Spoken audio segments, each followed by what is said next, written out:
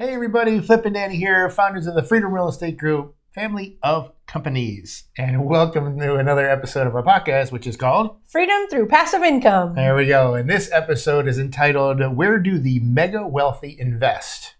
And this was just something that we saw a presentation of a couple months ago.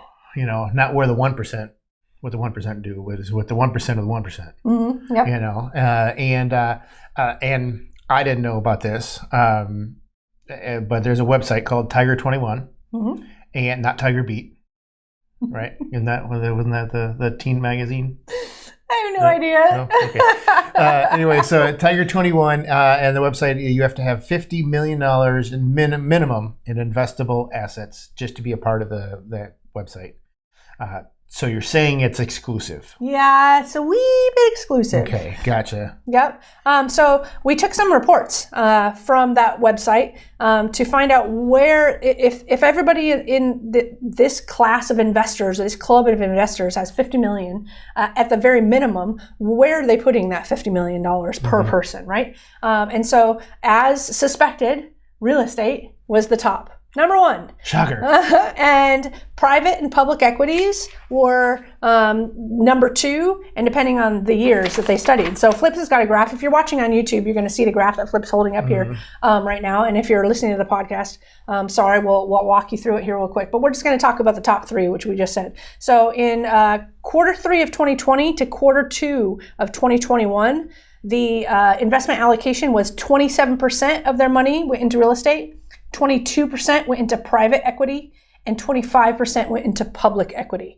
So none of those numbers are very far off, but top three. Then, if you look at the quarter three of 2018 to quarter two of 2019, then you're going to see similar numbers, still in the 20s. But real estate was then 28%, private equity was at 24%, and public equities was 21%. So that's like 3/4 of this graph is between real estate, private equity, and public equities. So we're going to talk about two of them specifically because, because private versus public. When public's hitting the stock market, you've got other additional risks involved in those types of things. So we're going to talk about why they invest in these, and it's because of the above market returns, right? Absolutely. We know the consistency and the stable nature of real estate in general, especially multifamily, is very, very strong, and we get really high returns. Also, real estate is a hedge against inflation. Then go to private equities. What is private equities? It's when you're investing in a private company. And the reason I separated private versus public equities is because private equities aren't on the stock market. So public equities are going to have the volatility that you might see in the stock market because people who are unsophisticated investors who are investing in the stock market and they're reacting based on emotions. When you're uncertain, you're very, very emotional and you're fearful. And so you usually sweep up all your money. When that happens, that's when the market gets really volatile. So public equities is not something that Flip and I do a lot in. We certainly do a lot in private equities. But the wealthy, you can see that they even dip into the public equities. And I'm sure that they're also hedging and doing things like in the food market, right? Everybody needs food. Right, so you know that despite inflation, people have to eat, and so investing in those type of equities might be a good idea. I just read an article about pets and the pet industry that even during COVID, it thrived.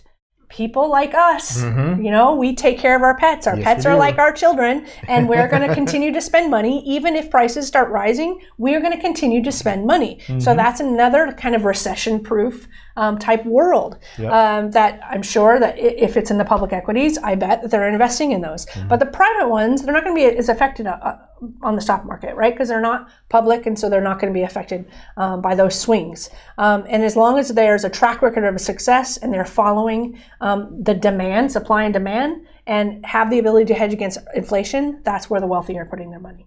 So I thought it's always interesting to watch. Flip and I always find where we want to go by looking at the people, right? We say, hey, you are where we want to go. What are you doing? Where are you investing? How are you doing it? What have you built? How did you get there? What mistakes did you make?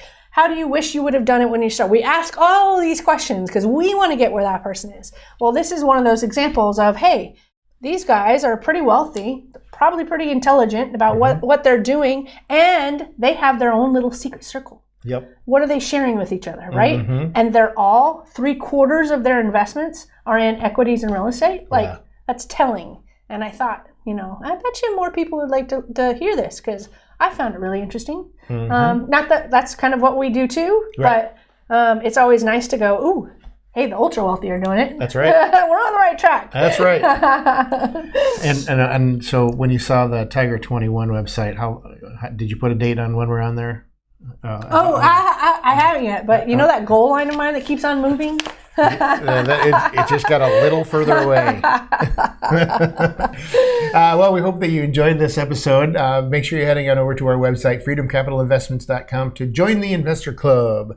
But make sure we're also on Facebook and LinkedIn, all those. We have special groups there, so make sure you're going over there to talk to the gang. Get your questions in, let us know how we're doing, all that fun stuff.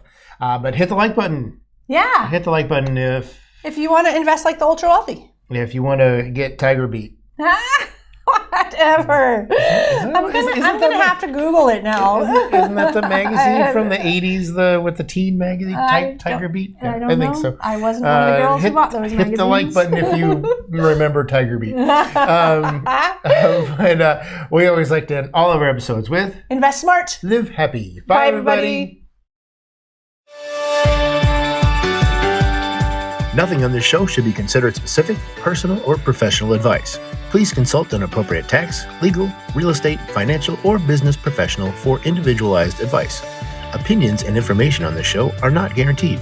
All investment strategies have the potential for profit or loss.